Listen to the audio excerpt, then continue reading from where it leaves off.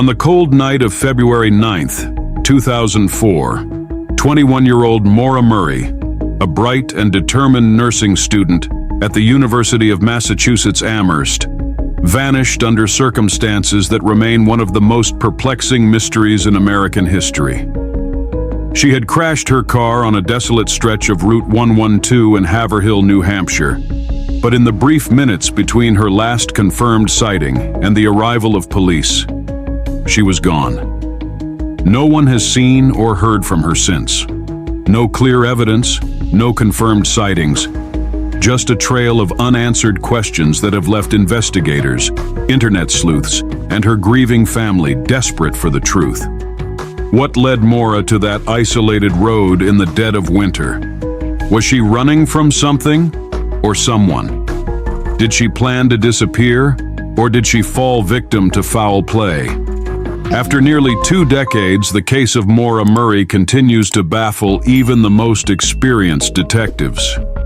To understand the mystery of Maura's disappearance, we need to go back to the days leading up to February 9th.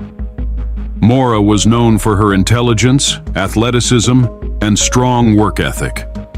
She had excelled in both academics and sports growing up in Hanson, Massachusetts, and she was on track to achieve her dream of becoming a nurse. But despite her outward success, something was wrong. Just 4 days before she disappeared on February 5th, Maura had an emotional breakdown at work. She was on shift as a security guard at her dorm when she received a phone call that left her in tears. A supervisor found her visibly shaken, unable to continue working, and escorted her back to her room. The contents of that phone call remain a mystery, as Maura never revealed what had happened or who was on the other end. Was this an unrelated incident, or was it the first sign that something was seriously wrong? Then, on February 9th, Maura took several strange steps that hinted at a premeditated departure. She emailed her professors, claiming there had been a death in the family and that she needed to leave for a few days. However, no such death had occurred. She also searched for lodging in Vermont, as if she was planning a trip. That afternoon, she withdrew nearly all the money from her bank account, $280, before stopping at a liquor store to purchase a box of wine, bottles of vodka, and other alcohol. Security footage shows her at the store alone, looking calm and composed. She then packed a small bag, grabbed her personal belongings, and set off in her car, heading north. She didn't tell her family or friends where she was going. No one knew why she had suddenly decided to leave. At around 7:30 p.m., Maura was driving along Route 112, a dark and remote road surrounded by dense forests and few houses. The road was icy, and at some point, she lost control of her car, veering off the road and crashing into a snowbank. Her car was still running, but undrivable. The crash wasn't severe. Her airbags deployed, but she seemed unharmed. A local school bus driver, Butch Atwood, noticed the accident and pulled over to help. He later described Maura as appearing cold but not injured. When he offered to call for help, she insisted that she had already called AAA. However, there was no cell service in that area, making it impossible for her to have done so. Atwood found this odd, but didn't push further. He left her standing next to her car and drove the short distance to his nearby house, where he called 911 at 7:42 p.m.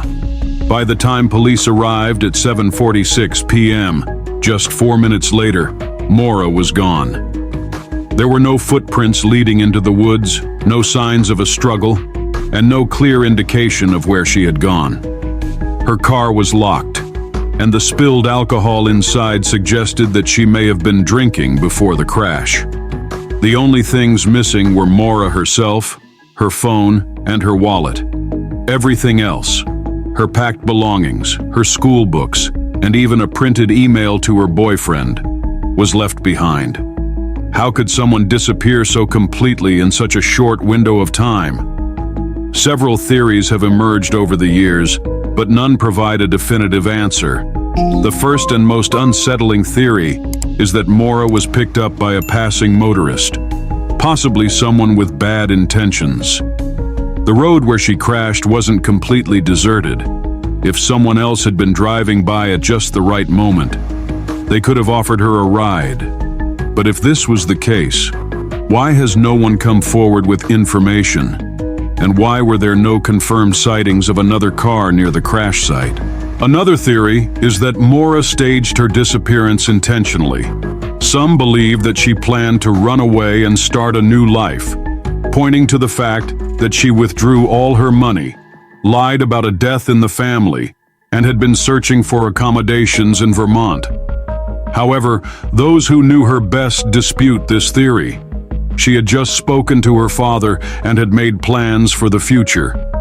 Would she have really abandoned everything so suddenly? And if she had, why did she leave behind so many of her personal belongings? One of the most tragic possibilities is that Maura wandered into the surrounding wilderness and succumbed to the freezing temperatures. February nights in New Hampshire can be brutal, and if she had walked into the woods in a state of shock or distress, she could have easily become lost and suffered from hypothermia. However, extensive searches of the area found no trace of her, no footprints, no clothing, no remains. It was as if she had vanished into thin air.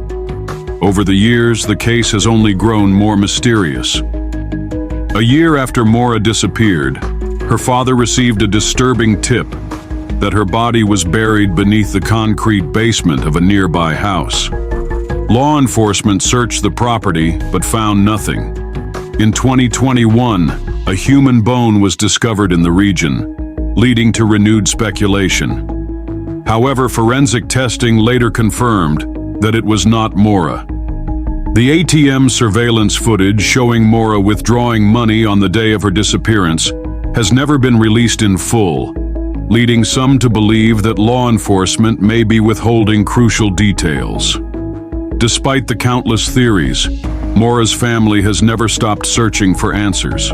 Her father, Fred Murray, has spent years investigating the case himself, firmly believing that his daughter was met with foul play. He has criticized law enforcement's handling of the case and continues to push for new leads. The case has also gained national attention, with countless true crime enthusiasts, journalists, and podcasters analyzing every detail in the hopes of uncovering new evidence. But even with all this attention, the truth remains elusive. What really happened to Maura Murray? Did she willingly disappear, or was she taken against her will? Could she still be alive somewhere, living under a new identity? Or does the answer lie in the frozen woods of New Hampshire, waiting to be discovered? Until concrete evidence emerges, Maura's disappearance will remain one of the most chilling and perplexing mysteries in modern history. What do you think happened to Maura Murray? Share your thoughts in the comments below. And if you want more chilling true crime stories, don't forget to like and subscribe. Until next time, stay safe.